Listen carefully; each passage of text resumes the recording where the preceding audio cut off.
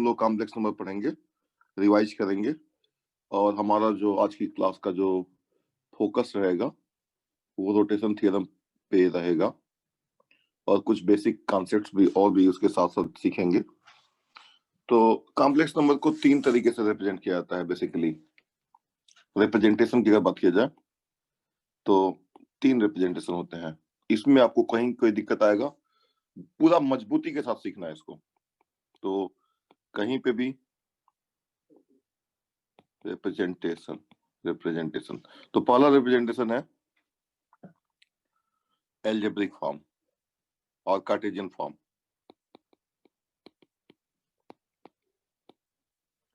दूसरा है trigonometric form, जिसमें ट्रिग्नोमेट्री आ जाएगी, जिसको हम पोलर फॉर्म भी बोलते हैं, पोलर फॉर्म। और तीसरा है आयलर फॉर्म। सबके अपने अपने फायदे हैं। ये होता है हमारा z is equal to x plus iota y. And what is x and y? X and y are real numbers. Real numbers सब लोग जानते हैं ना, रियल नंबर्स एक रियल लाइन होती है। Real numbers are expressed on real line. Rational number and irrational number, rational and irrational.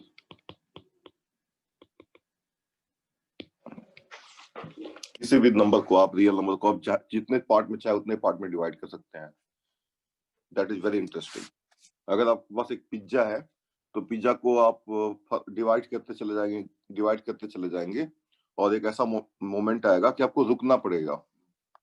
Pizza को आपने 2 पार्ट में डिवाइड कर दिया, 4 पार्ट में डिवाइड कर दिया, 10 पार्ट में डिवाइड कर दिया, 100 पार्ट में डिवाइड कर दिया, 1000 पार्ट में डिवाइड कर दिया, but a moment would definitely come where you have to stop. But as far as a real number is concerned, 1, so you can talk about 1 by 2, you can talk about 1 upon 100, you can talk about 1 upon 1000, you can talk about 1 upon 10 to the power 10.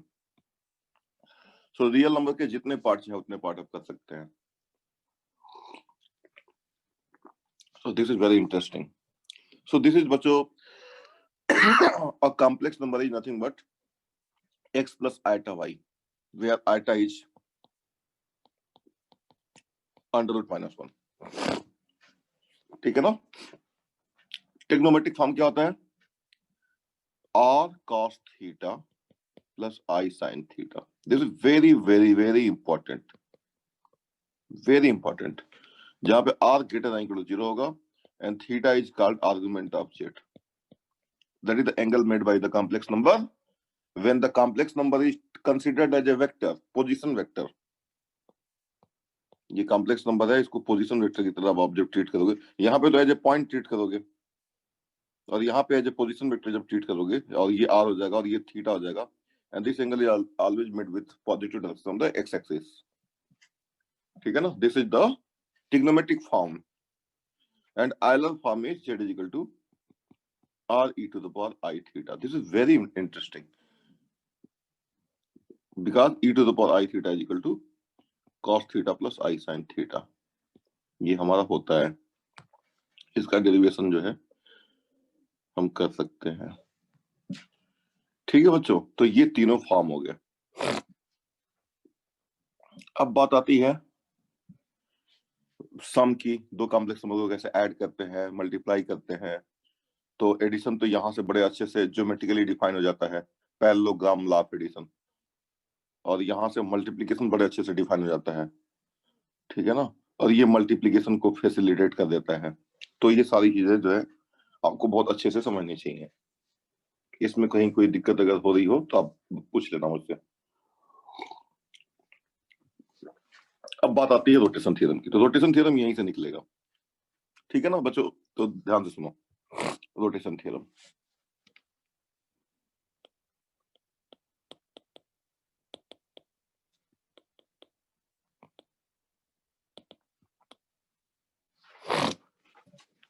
Rotation theorem को theorem बोलना तो ज्यादा थोड़ा सा नाइंसाफी हो जाएगी क्योंकि this is a basic idea. ठीक है ना? तो रोटेशन थ्योरम लेकिन कहा जाता है, लोग बोल देते हैं। थ्योरम का मतलब होता है कोई मैथमेटिकल स्टेटमेंट, लेकिन थ्योरम का मतलब यहाँ पे बिल्कुल जो मल्टीप्लीकेशन ऑफ कॉम्प्लेक्स नंबर है ना, वहीं से ये कनेक्ट हो जाएगा। तो इतनी बड़ी बात तो नहीं है ये, this is very basic thing. तो देखो, मान लो कोई कॉम्प्लेक्स नंबर है, ये कॉम्प्लेक्स नंबर है Z1। तो अभी मैंने आपको बताया था ना कि इसको आप लिखो एज ए वेक्टर। तो मान लो ये हो गया R1 e⁻I θ1, और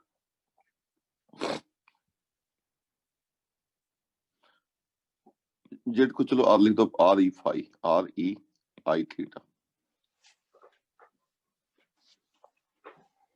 ये मान लो जेड, जेड बोल दो इसको, जेड, दिस इज थीटा। अब बच्चों अगर इस कॉम्प्लेक्स नंबर को हम मल्टीप्लाई कर दें, क्या था ना, तो Z1 R1 थीटा अच्छा लगता है। और ये मान लो है हमारा Z2 is equal to R2 e⁻I θ2। तो ये बच्चों होगा, और ये एंगल θ1 है, तो ये एंगल होगा हमारा θ2। तो इन दोनों का जो प्रोडक्ट होगा, this would be Z1 Z2 is equal to R1 R2 e⁻I θ1 plus θ2, and this angle is going to be, you can say, θ1 plus θ2। तो आप देख सकते हैं कि इस कॉम्प्लेक्स नंबर का जो मैग्नीट्यूड है वो इन दोनों कॉम्प्लेक्स नंबर के मैग्नीट्यूड के प्रोडक्ट के बराबर है। और इसका जो एम्पलीट्यूड है, एम्पलीट्यूड का मतलब आर्गुमेंट, आर्गुमेंट को एम्पलीट्यूड भी बोलते हैं, एम्पलीट्यूड, वो इन दोनों के एम्पलीट्यूड के सम के बराबर है। आप देख सकते हैं ये चीजें बहुत क्लियर है जब आप दो कॉम्प्लेक्स नंबर को मल्टीप्लाई करते हैं। और जब दो कॉम्प्लेक्स नंबर को आप डिवाइड करते हैं तब क्या होता है, ये भी हमको देखना जरूरी है। तो बच्चों ये तो हो गया हमारा मल्टीप्लीकेशन। अब डिवीजन में क्या होगा,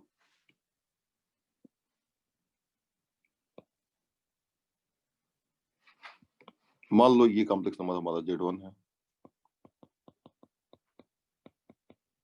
और ये कॉम्प्लेक्स नंबर हमारा Z2 है।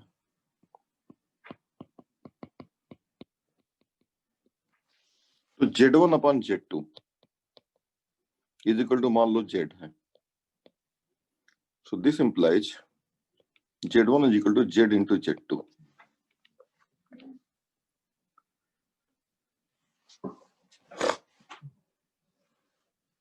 यानी कि हम क्या करेंगे बच्चों,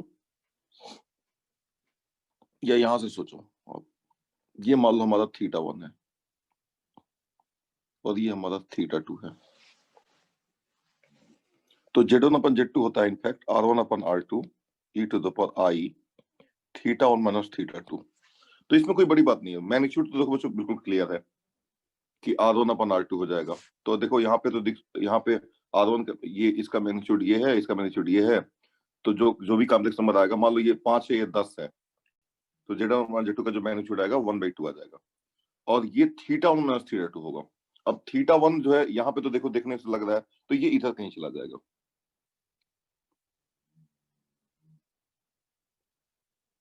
ये बन जाएगा this is Z1 upon Z2। और ये जो कॉम्प्लेक्स, ये जो एंगल है, दिस इज θ1 माइनस θ2, जो कि यहाँ पे नेगेटिव दिख रहा है।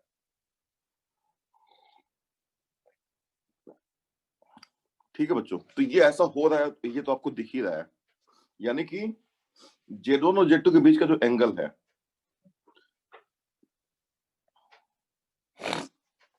अब यहां से हम एक आर्गुमेंट थ्योरम बनाने की कोशिश करेंगे, ठीक है ना। यहीं से सारी रोटेशन थ्योरम हम बनाने की कोशिश करेंगे। हम मल्टीप्लिकेशन तो सीख चुके हैं कि मल्टीप्लिकेशन कैसे होगा। जैसे कि बच्चों मान लो, अगर मेरे पास एग्जांपल एक है, मान लो मैंने Z1 को ले लिया 2 e⁻I π/2, और Z2 को मैंने मान लो ले लिया 3 e⁻I π/4, ठीक है ना। तो Z1 अपन Z2 देखो क्या हो जाएगा, 2/3 e⁻I π/2 माइनस π/4, और ये हो जाएगा 2/3 e⁻I π/4 विथ ये हो जाएगा, हाँ π/4 हो जाएगा। चलो इसको थोड़ा एंगल को और चेंज कर लेते हैं, चलो कर लिया हमने 3, तो ये हो जाएगा π/4। सो 90 में से जब 60 कटेगा 30 हो जाएगा, पाई बाय 6 हो जाएगा। तो बच्चों यहाँ पे देखो, ये एक कॉम्प्लेक्स नंबर था, ये था Z1 और ये था हमारा Z2 और ये था Z1। अब इसको Z1 अपन जब Z2 किया तो इनके बीच का जो एंगल, ये एंगल कितना था, ये एंगल था 90 और ये एंगल था 60। थोड़ा इसको ऊपर कर देते हैं।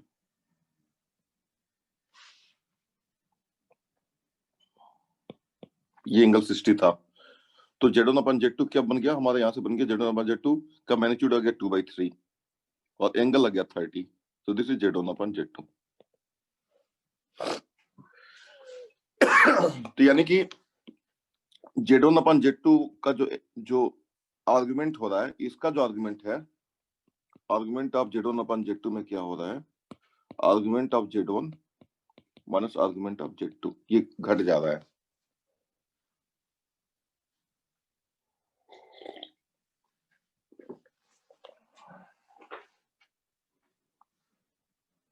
ठीक है ना।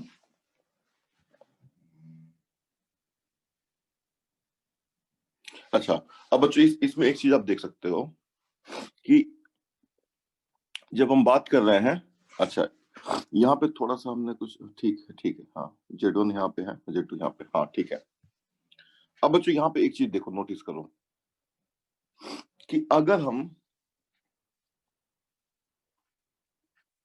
यहाँ पे अगर हम एंगल को हमेशा एंटी क्लॉकवाइज मेजर करें बच्चों, if we measure the argument of a complex number always anti clockwise, जो कर सकते हैं, यानी 0 से 2 पाई के बीच में अगर हम किसी भी कॉम्प्लेक्स नंबर के आर्गुमेंट को मेजर करते हैं, जो कि पॉसिबल है, क्यों नहीं पॉसिबल है।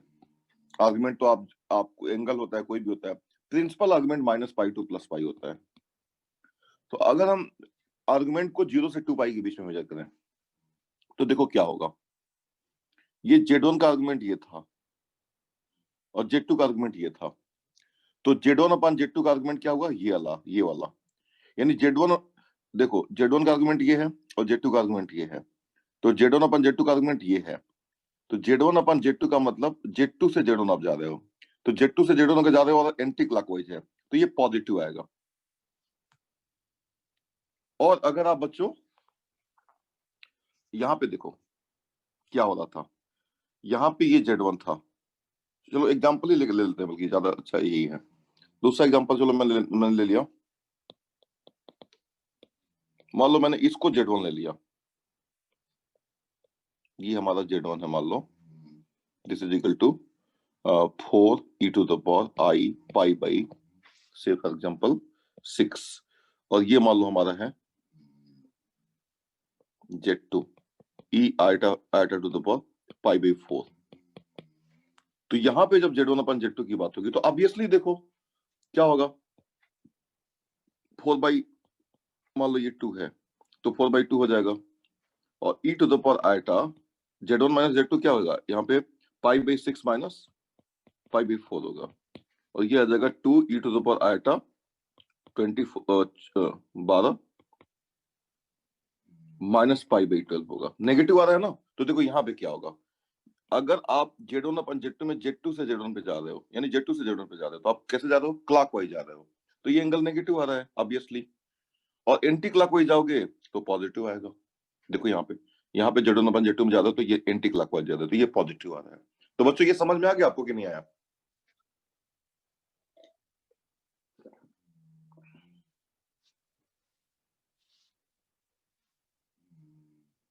गुड।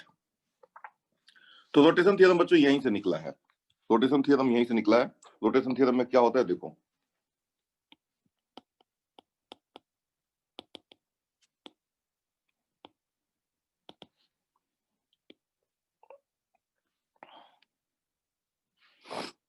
ये मान लो Z1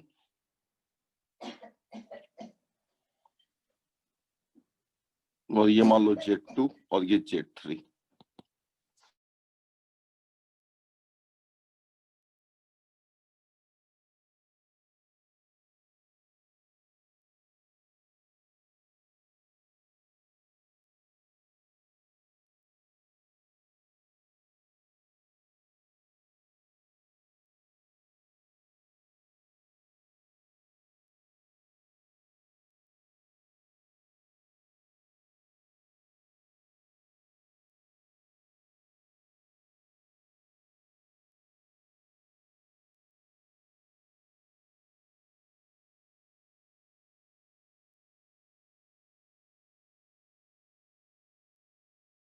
तो बच्चों थोड़ी देर के लिए हम डिस्कनेक्ट हो गए थे और फिर हम वापस आ गए हैं, ठीक है। आई थिंक मेरी आवाज आपको अच्छे से आ रही होगी। तो रोटेशन थ्योरम में बच्चों क्या होता है, मान लो 3 कॉम्प्लेक्स नंबर है Z1 Z2 Z3। तो बच्चों एक चीज मैं आपको यहाँ पे बता दूं, और एक चीज बता देता हूँ।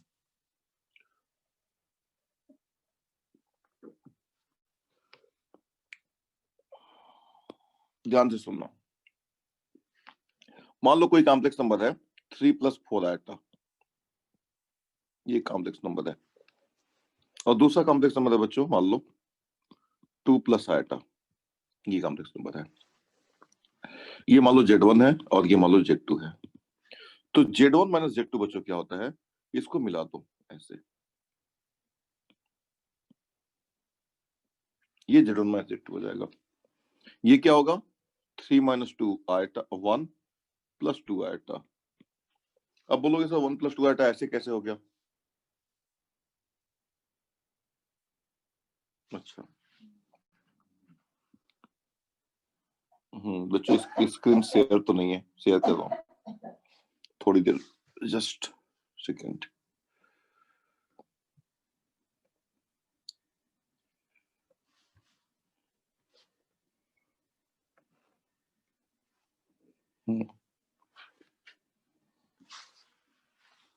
तो बच्चों मैं फिर से डायग्राम बना देता हूँ, देखो ध्यान से सुनना, बहुत बेसिक तरीके से मैं आपको बता रहा हूँ, इससे ज्यादा बेसिक तरीका नहीं हो सकता है। मान लो एक कोई कॉम्प्लेक्स नंबर है बच्चों, और वो कॉम्प्लेक्स नंबर है, मान लो है 4 + 3 आएगा। ये है मान लो Z1 = 4 + 3 आएगा, ये कॉम्प्लेक्स नंबर है।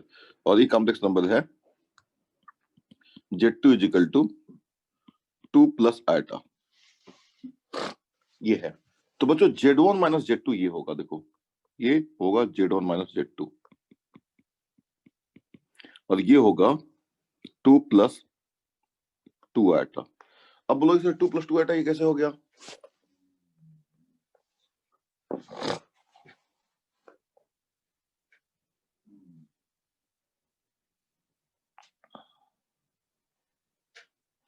Ajit, now are you connected?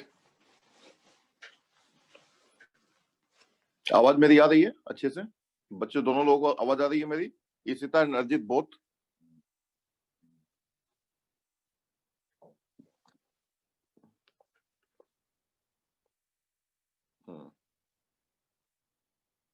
Good.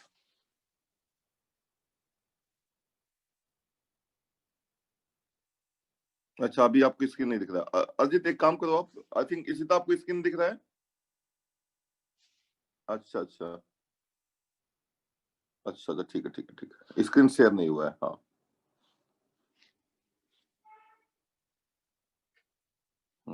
Screen share मेरे साइड से हो नहीं रहा था।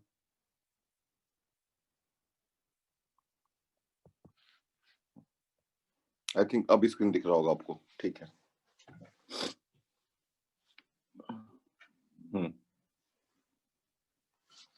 बच्चों देखो, मैं फिर से डायग्राम बनाऊंगा, देखो बिगिनिंग से। मान लो एक कॉम्प्लेक्स नंबर है, ये कॉम्प्लेक्स नंबर है 4 + 3 आएगा, और एक कॉम्प्लेक्स नंबर है बच्चों Z2 = 2 + आएगा, ये है। तो ये Z2 है, तो Z1 - Z2 ये होगा, देखो Z1 - Z2 ये क्या होगा, 2 + 2 आएगा। अब बोलोगे सर ये कैसे आप लिख रहे हो इसको? तो देखो ये जो कॉम्प्लेक्स नंबर होगा एक वेक्टर की तरह है, जो कि इस कॉम्प्लेक्स नंबर के इक्वल होगा। ये देखो ये है हमारा Z1 - Z2, दैट इज 2 + 2 आएगा। तो ये हमारा जो है एक तरीके से एज ए पोजीशन वेक्टर है, और this is simply a vector, but ये इसकी लंबाई और इसकी लंबाई सेम है। ठीक है बच्चों, ये समझ में आ गया ना आपको?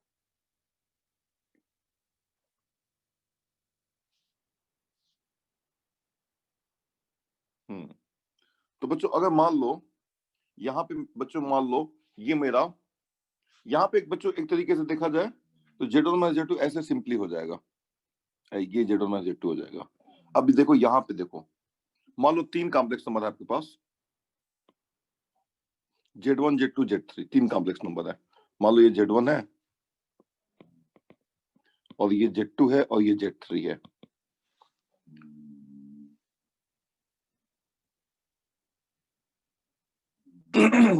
आज थोड़ी सी दिक्कत चल रही है कनेक्टिविटी की, पता नहीं किस साइड से।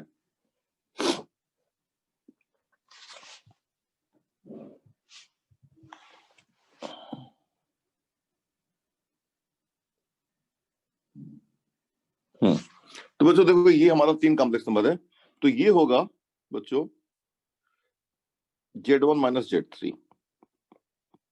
ध्यान से समझना, छोटी छोटी चीजें भी मैं बता रहा हूं, और कहीं पे भी मतलब बस जो है मतलब मैनेज नहीं करना है, पूरा समझ में आ रहा है तो बताओ, नहीं समझ में आ रहा है तो मत बताओ। ये हो गया Z2 माइनस Z3, ठीक है बच्चों। इसी को बच्चों अगर हम बनाए यहाँ पे, देखो ये तो अबाउट Z3 हो गया। ये जो कॉम्प्लेक्स नंबर आएगा ना, ये जो आएगा वो इनफैक्ट होगा एक यहाँ पे, इसको ऐसे देख सकते हो, you can view this here, this is in fact Z1 minus Z3, जैसे यहाँ पे हुआ था। देखो ये हमारा Z1 माइनस Z2 है, लेकिन एक्चुअली ये कॉम्प्लेक्स नंबर जो है Z1 माइनस Z2 है, ठीक है ना। ये उसका वेक्टर फॉर्म है, ये उसका पोजीशन वेक्टर फॉर्म है, तो ये और ये दोनों इक्वल है, सेम है, ठीक है ना। तो ये यहाँ पे ओरिजिन के अबाउट ये हो जाएगा, क्योंकि सारा काम तो हमारा ओरिजिन के अबाउट ही होता है। और ये जो होगा बच्चों Z2 माइनस Z3 हो जाएगा ये। अब इसमें सोचना, ये हो जाएगा Z2 माइनस Z3। इतना क्लियर हो गया। तो अब इसी डायग्राम को मैंने यहाँ पे ओरिजिन के अबाउट शिफ्ट कर लिया। अब बच्चों आपको पता है कि अगर ये एंगल मान लो, इनके बीच का एंगल, ये एंगल जो है अगर थीटा है, तो Z1 माइनस Z3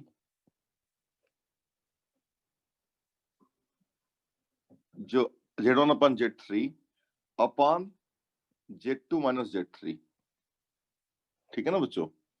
इसका जो आर्गुमेंट आएगा वो क्या आएगा, argument of this complex number will be equal to theta. क्योंकि आप क्या करोगे, आर्गुमेंट देखो, यहां से आप यहां जाओगे, यहां से आप यहां जाओगे, और Z2 माइनस Z3 ये है और Z1 माइनस Z3 ये है, तो ऐसे जाओगे तो ये थीटा आ गया। और इस केस में थीटा पॉजिटिव होगा, क्योंकि मैंने जो है ये जो सारे आर्गुमेंट है वो सारे आर्गुमेंट एंटी क्लॉकवाइज मेजर किए हुए हैं, ये भी आर्गुमेंट और ये भी आर्गुमेंट। तो सिंपली जो है बच्चों ये एंगल थीटा हो जाएगा। समझ में आ गया, यही आर्गुमेंट, यही रोटेशन थ्योरम है।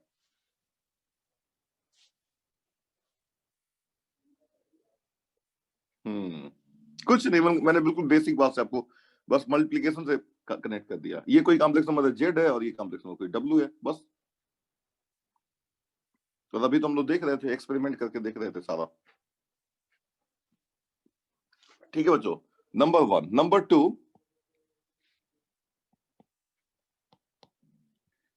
Z1 minus Z3 upon Z1 minus Z3 का मॉड। तो बच्चों ये कॉम्प्लेक्स नंबर हो जाएगा यूनी मॉडुलर, ये हो जाएगा यूनिट मैग्नीट्यूड का कॉम्प्लेक्स नंबर 1। और Z2 minus Z3 upon Z2 minus Z3 का मॉड, तो ये भी एक यूनी मॉडुलर कॉम्प्लेक्स हो जाएगा 1। This is equal to e to the power I theta. यानी कि ये इस कॉम्प्लेक्स नंबर से अगर मल्टीप्लाई करोगे अगर इस कॉम्प्लेक्स नंबर को, तो आपको यही वाला कॉम्प्लेक्स नंबर मिल जाएगा, क्योंकि ये सिर्फ रोटेट कर देगा। अब मैग्नीट्यूड तो दोनों का सेम है। ये भी समझ में आ गया बच्चों, ये दोनों पार्ट समझ में आ गया।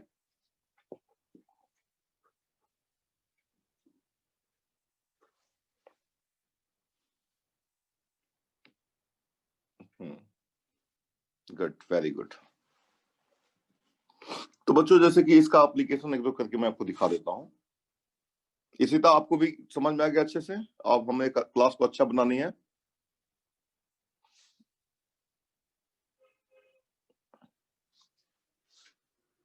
हम्म गुड।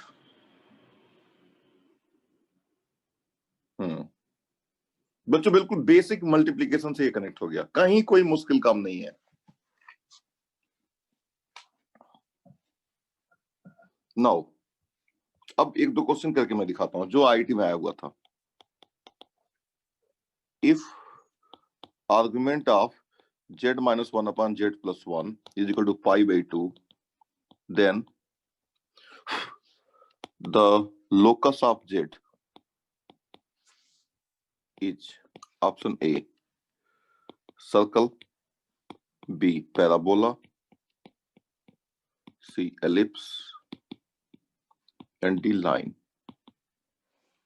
तो जो ये क्वेश्चन है, z कोई कॉम्प्लेक्स नंबर है, अब देखो तो बच्चों सिंपल सा डायग्राम बनाओ।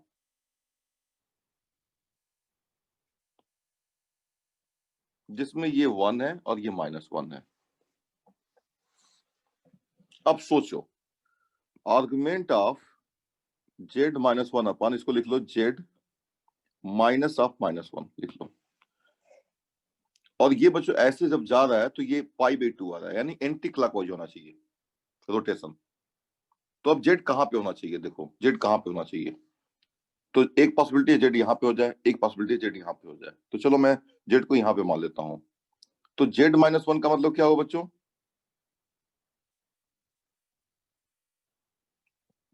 ये हो गया z -1 और ये z माइनस ये मतलब हो गया ये ऐसे हो गया, ये z +1 हो गया। ठीक है ना, इसी को थोड़ा आगे तक बढ़ा के सोच लो। ये हो गया, मतलब ये वेक्टर बच्चों z -1 हो गया, z +1 हो गया, और ये वेक्टर बच्चों हो गया z -1 हो गया। अब z +1 से बच्चों z +1 से z -1 ये जा रहे हो, तो ये क्लॉकवाइज रोटेशन हो रहा है।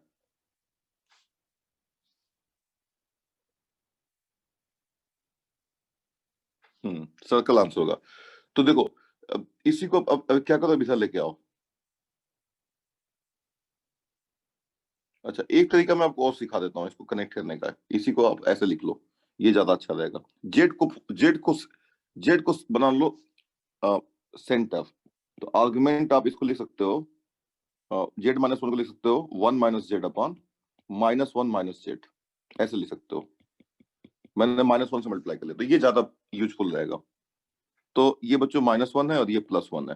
तो देखो 1 - z, तो 1 - z ये हो जाएगा, ये ज्यादा बेटर रहेगा। ये z है और -1 - z ये हो जाएगा। अब -1 - z से बच्चों आपको जाना है, आप लोग बताओ ना, इधर जा रहे हो आप, यानी ऐसे जा रहे हो, तो ये एंटी क्लॉकवाइज जा रहा है, यानी π/2, यानी z यहां पे आ जाएगा, यानी this is a semi circle और ये एंगल π/2 है। लेकिन ये सेमी सर्कल जो है, तो बच्चों ये आंसर आ गया। समझ में आया कि नहीं आया अर्जित?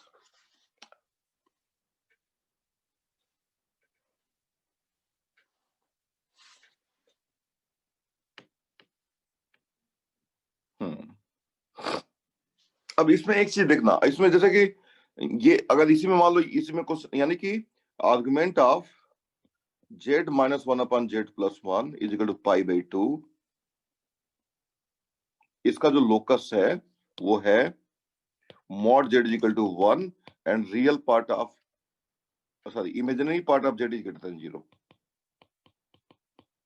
एक अपर सेमी सर्कल है, ये नहीं है, ये वाला नहीं है, ये वाला सेमी सर्कल है। नीचे लोगे तो गलत हो जाएगा, ये समझना जरूरी है। ये पूरा कंप्लीट सर्कल नहीं है, एग्जाम में ये भी क्वेश्चन आया हुआ था। ठीक है ना, एग्जाम में ये क्वेश्चन ऐसे भी आ जाएगा, देखो mod z is equal to 1, imaginary part of z is greater than 0। यहाँ पे mod z is equal to 1, imaginary part of z is less than equal to 0। और यहाँ पे इसी तरह, ठीक है ना, यहां तक आपको जवाब देना पड़ सकता है। Real part of z is greater than 0, और मान लो ये जो है mod z is equal to 1 और real part of z is less than 0।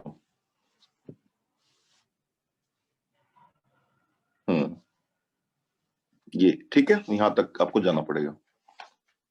तो बस बस बच्चों इसमें ये ध्यान रखना है आपको, बस यही ध्यान रखना है कि ये एंटी क्लॉकवाइज जा रहा है या क्लॉकवाइज। यहाँ पे नीचे ले लोगे ना, तो ऐसे जब करोगे देखो, यहाँ पे बच्चों बन जाएगा क्या, ये बन जाएगा ये बच्चों बन जाएगा 1 - z, और ये बच्चों बन जाएगा -1 - z। और जब इसमें यहां से ऐसे जाओगे ना, तो ये क्लॉकवाइज जा रहा है, तो ये नेगेटिव आ जाएगा। तो ये नेगेटिव तो नहीं है ना, पॉजिटिव है, तो इसलिए ये नीचे वाला नहीं आएगा, ये ध्यान रखना, ठीक है ना। अब बच्चों एक क्वेश्चन मैं आपको और कराता हूँ, उसमें और मजा आएगा।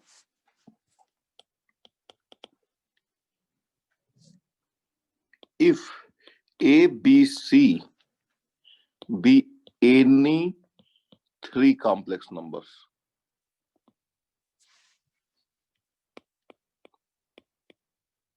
ठीक है ना, कॉम्प्लेक्स नंबर है। The numbers A, B, C are vertices, complex number as a vertices of an equilateral triangle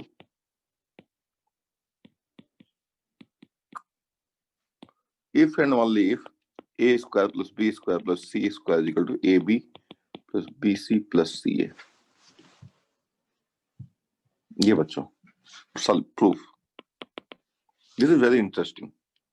तो बच्चों मान लो ये 3 कॉम्प्लेक्स नंबर हैं, ये A है, ये B है और ये C है। तो ये एक ट्रायंगल फॉर्म करेंगे, 3 पॉइंट्स हमेशा जो है ना बच्चों प्लेन में अगर है तो that can form A triangle. तो बच्चों A माइनस, अब देखो मैं क्या करूंगा, तो इसमें 2 पार्ट है। पहला पार्ट है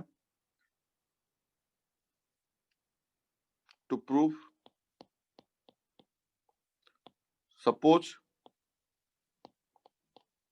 A square plus B square plus C square is equal to AB plus BC plus CA।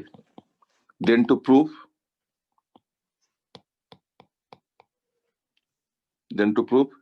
ABC are vertices of an equilateral triangle। ये प्रूव करना है।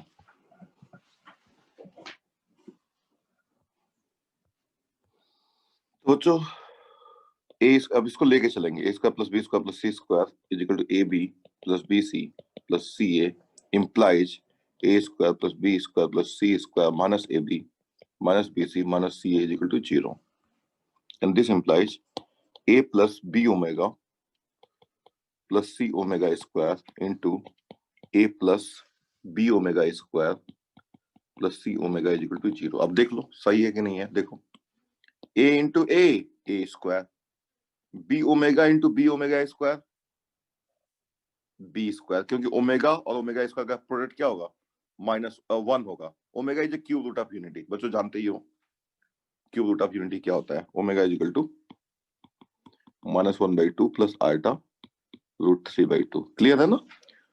और ओमेगा इंटू ओमेगा स्क्वायर जो होता है, ओमेगा क्यूब 1 होता है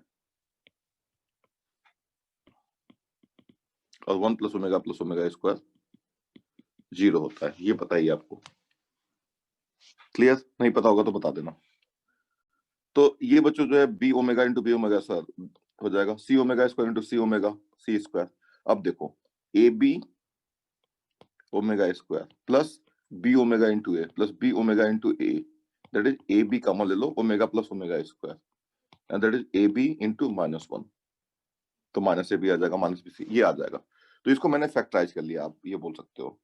तो यहां से क्या आएगा, a plus B omega plus C omega square equal to 0 और a plus B omega square plus C omega equal to 0, ये आ गया। अब इसमें पहला केस ले लो, फर्स्ट केस इसी में ए प्लस बी ओमेगा प्लस सी ओमेगा स्क्वायर। अब दोनों में से कोई आ सकता है ना बच्चों, तो देखो यहां से क्या आ जाएगा, a plus B omega plus c -1 minus omega is equal to 0, that is a minus c plus b minus c omega is equal to 0, that is a minus c upon b minus c is equal to minus omega. ठीक है बच्चों, ये आ गया। या इसको आप बोल सकते हो b minus C upon a minus C is equal to 1 upon minus omega,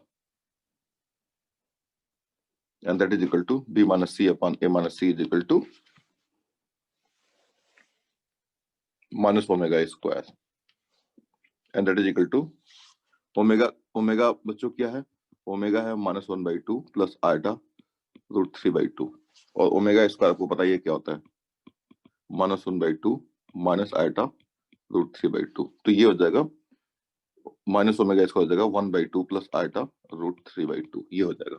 अब बच्चों यहाँ पे देखो, ये ट्रायंगल बनाते हैं आप, तो ये मान लो जो है, मान लो रैंडम मैंने ले लिया ए बी सी, एक पॉसिबिलिटी ये है ए बी सी, और दूसरी पॉसिबिलिटी है ए बी सी, दो पॉसिबिलिटी है, तो दोनों में से कौन सी पॉसिबिलिटीज होगी हमको ये देखना है। एक में देखो क्या है, ए बी सी ऐसे, और एक में है ए बी सी ऐसे। एक में ए बी सी क्या है बच्चों, एंटी क्लॉकवाइज, और एक में है ए बी सी क्लॉकवाइज। तो देखते हैं, तो बच्चों बी माइनस सी, बी माइनस सी, तो ये हो जाएगा, और ए माइनस सी ये हो जाएगा, ठीक है ना। तो बच्चों इसका देखो एक चीज तो क्लियर है यहां से कि बच्चों B minus C, one thing is clear कि बी माइनस सी अपॉन ए माइनस सी का जो मॉड होगा वो 1 होगा। देखो दिख रहा है ये कॉम्प्लेक्स नंबर है। दूसरा argument of B minus C upon A minus C is equal to, ये देखो यहाँ पे 60 डिग्री, यानी ए माइनस सी से जब बी माइनस सी पे जाएंगे तो एंटी क्लॉकवाइज जाना है, तो ये एंटी क्लॉकवाइज जा रहे हैं, तो यानी कि this diagram is passed, this is rejected, और b minus c, this length is equal to this length, or this angle is 60 degree. So therefore, this angle is alpha and this angle is alpha, and both must be equal because इसके सामने और इसके सामने, तो alpha plus alpha should be equal to 120. So alpha should be equal to 60, यानी ये भी 60, ये भी 60, and therefore triangle is equilateral.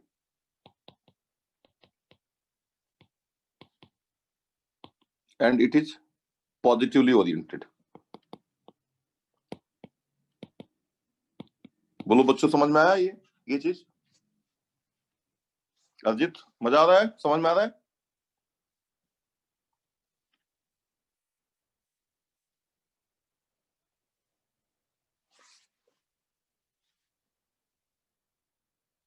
Good. ये केस रिजेक्ट हो गया, ये आपको ध्यान रखना है, क्योंकि यहाँ पे देखो, यहाँ पे a माइनस सी क्या होगा, ये होगा, और यहाँ पे b माइनस सी क्या होगा, ये होगा। तो आप जब यहां से यहां तक जाओगे, a माइनस सी से b माइनस सी तक जाओगे, तो ये क्लॉकवाइज हो जा रहा है, ये गलत हो जा रहा है, ये एंगल, फिर इसका एंगल π/3 है, 60 है, तो ये डायग्राम रिजेक्ट हो गया। तो अगर आपको मान लो ये दिया गया है कि ये अगर 0 है, तो ये पॉसिबिलिटी होगी कि ये पॉसिबिलिटी होगी, अगर ओमेगा -1/2 प्लस आई √3/2 होता है तो आप बोलोगे ये पॉसिबिलिटी होगी। दूसरा केस ले लो अब, दूसरी पॉसिबिलिटी,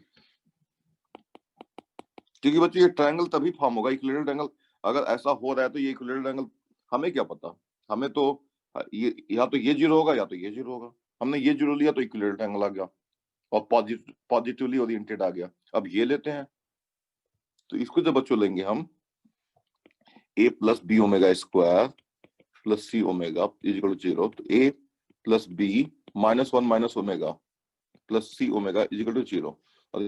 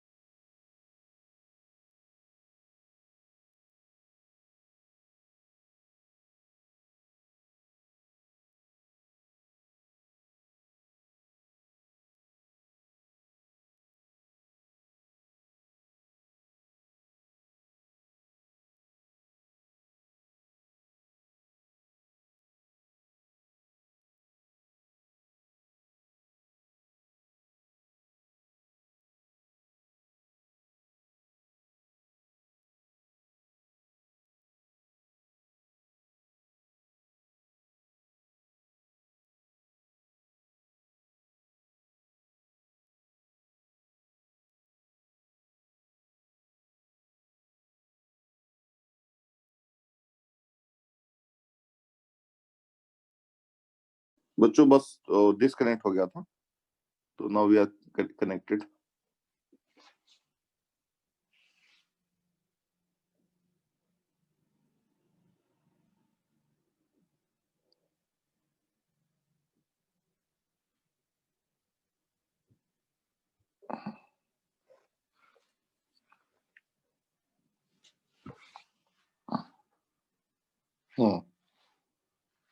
तो बच्चों हम लोग बात कर रहे थे हाँ दूसरे केस की। तो a plus B omega square plus C omega, तो ये मैंने लिख लिया। अब यहां से मैं लिख लूंगा a minus B upon c minus b is equal to minus omega. लेकिन मैं फिर इसको वैसे ही कन्वर्ट कर दूंगा, c minus B upon A minus b is equal to finally आ जाएगा minus omega square and that is equal to 1/2 plus iota root 3/2। अब बच्चों फिर डायग्राम में है बनाऊंगा, तो यहाँ पे जो डायग्राम बनेगा बच्चों वो बनेगा ए बी सी, क्लॉकवाइज वाला बन जाएगा, देख लो आप। सो ए माइनस बी क्या होगा, ये होगा, और ए सी माइनस बी क्या होगा, ये होगा। और जब यहां से हम जब जा रहे हैं बच्चों ए माइनस बी से, तो ये जा रहे हैं हम हाँ एंटी क्लॉकवाइज ही जा रहे हैं यहाँ पे, तो यानी कि ये वाला डायग्राम हो जाएगा। तो यहां से आ जाएगा बच्चों ये सी माइनस बी अपॉन ए माइनस बी का मॉड जो हो गया 1 और argument of C minus B upon a minus b is equal to 60 degree. So therefore this diagram is now possible. ये वाला दूसरा वाला पार्ट अब पॉसिबल हो जाएगा। सो अगेन इक्विलेटरल ट्रायंगल, ये 60 डिग्री हो गया और ये इसके इक्वल हो गया, तो इक्विलेटरल ट्रायंगल हो जाएगा। So equilateral triangle even in this case.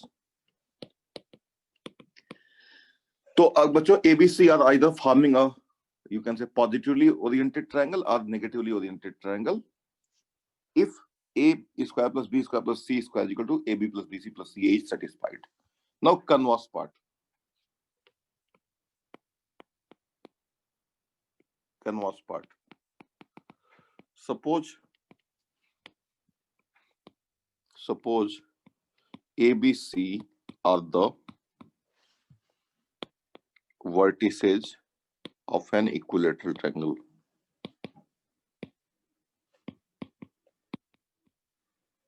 Then to show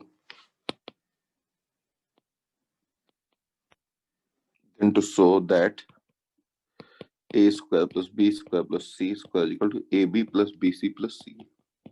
तो जब यहां से जाना है हमको इस रिजल्ट पे, तो चलो ट्रायंगल पहले ले लेते हैं। अब दो पॉसिबिलिटी होगी ए बी सी केस 1, और दूसरी पॉसिबिलिटी जो होगी ए बी सी। अगर वो इक्विलेटरल ट्रायंगल है तो दो ही पॉसिबिलिटीज होगी ना, दोनों पॉसिबिलिटीज। तो हमने ले लिया, चलो ये ले लिया, तो ये मान लो a माइनस बी है और ये मान लो c माइनस बी है। तो इतना तो कंफर्म हो गया कि a minus B upon c minus B जो होगा वो होगा 1/2 प्लस आइटा रूट 3/2। ये होना चाहिए। क्यों होना चाहिए? क्योंकि इक्विलेटरल ट्रायंगल है तो ये एंगल 60 डिग्री होगा और ये दोनों का मैग्नीट्यूड सेम होगा, यूनिटी होगा क्योंकि इसकी लंबाई और इसकी लंबाई सेम है, तो ये तो होना ही चाहिए। और इसको लिख दो माइनस ओमेगा स्क्वायर, ठीक है ना। And now from this you will reach a minus b is equal to c minus b into यहां से आप पहुंच जाओगे a minus b upon c minus b is equal to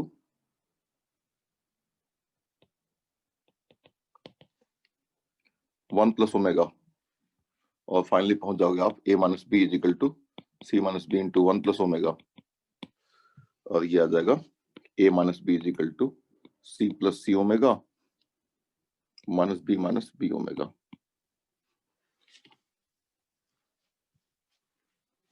और यहां से आ जाएगा सॉरी ऐसे बच्चों लौट जाएंगे हम। देखो यहाँ पे क्या था, बिल्कुल उल्टा यहां से चले जाएंगे। यहाँ पे हम ये आए थे ना, हमने ये लिया था, ये लिया था, फिर यहां से हम वापस लौट करके हम वापस यहाँ पे चले जाएंगे, ठीक है ना। इस कंडीशन में चले जाएंगे, दूसरे वाले में दूसरे कंडीशन में चले जाएंगे, तो बात वही हो गया ना।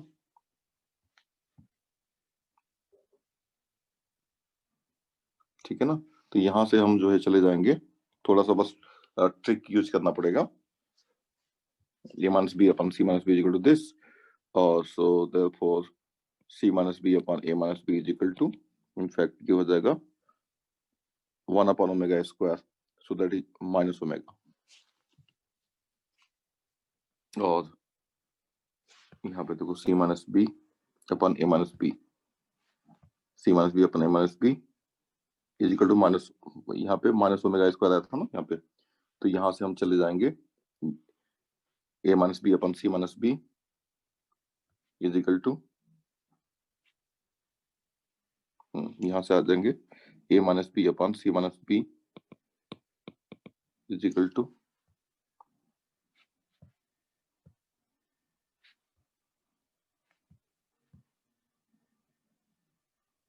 just a second.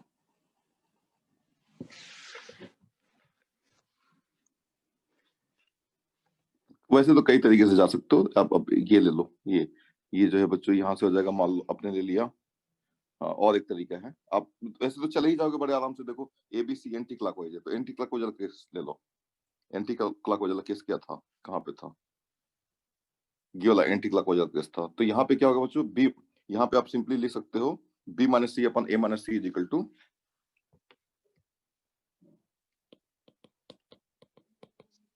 Minus omega square, और फिर आप पहुंच जाओगे